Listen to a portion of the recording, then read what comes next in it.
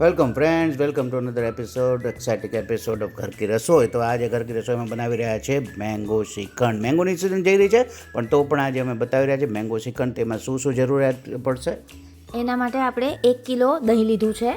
આપણે પહેલાં મઠ્ઠો બનાવવો પડશે દહીંનો, જેટલે કે હંકડ, અને એને આપણે આ જે કન્ટેનર લીધું છે એમાં ટ્રાન્સફર કરશું. આ કન્ટેનર ઓનલાઈન અવેલેબલ છે, આની લિંક હું શેર કરી દઈશ. આમાં આપણે બધું દહીં ટ્રાન્સફર કરી નાખશું.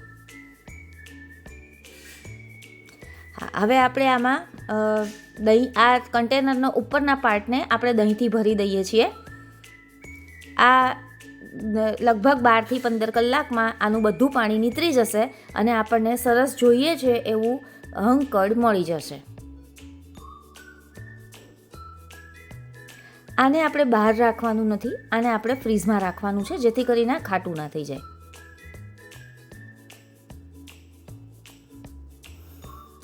લાગે છે હવે ઓલમોસ્ટ ભરાઈ ગયું છે, તો હવે આને ક્લોઝ કરીને જેમ કીધું છે એમ ફ્રીઝમાં રાખી દઈશું. અને પછી લગભગ 15-16 કલાક પછી આપણે એનું રિઝલ્ટ જોઈશું કે આખું પાણી નીતરી ગયું હશે.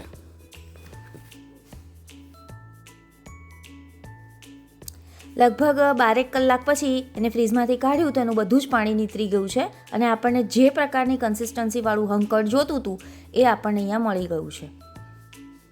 એટલે આની ઉપરથી ખબર પડે કે જે દહીં આપણે લેતા હોય એમાં કેટલું બધું પાણીનું પ્રમાણ હોય એ જોઈ શકાય છે. અને હવે જે આ મઠ્ઠો છે એકદમ સોલિડ મઠ્ઠો છે, એમાં પાણી નહીવત છે ઓલમોસ્ટ. હવે આને આપણે બાઉલમાં ટ્રાન્સફર કરી લઈએ.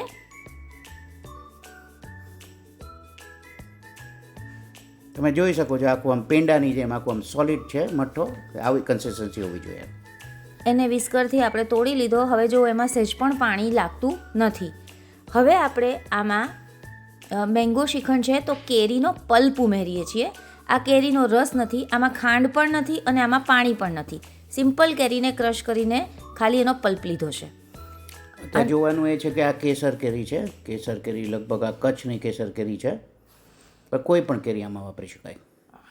આપણને જે રીતનો કલર જોતો હોય એ રીતના આમાં આપણે નાખી શકીએ આ પલ્પ. અને તમે જુઓ છો કે બહુ જ સરસ ઓરેન્જ કલર આવી ગયો છે. હવે મેં આમાં ખાંડને બદલે શુગર ફ્રીનું ઓપ્શન લીધું છે, જેથી કરીને ડાયાબિટીસ લોકોને પણ ફાયદો થાય. અને એનું બીજું એક એડવાન્ટેજ એ પણ છે કે તમે ખાંડ નાખશો તો ખાંડ ક્યારેક ને ક્યારેક થોડુંક પાણી મૂકી જશે.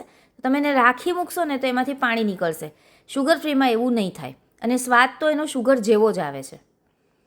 વધારે સારું દેખાય અને બધાને મજા આવે એટલે મેં આમાં કેસર કેરીના કટકા પણ એડ કરેલા છે. બહુ જ સરસ લાગી રહ્યું છે. કલર પણ આવી ગયો છે, કેસર કેરીના પીસીસ પણ દેખાય છે. અને હવે આપણે આને સર્વ કરીશું એક બોલમાં અને પ્રેઝન્ટેબલ બનાવીશું.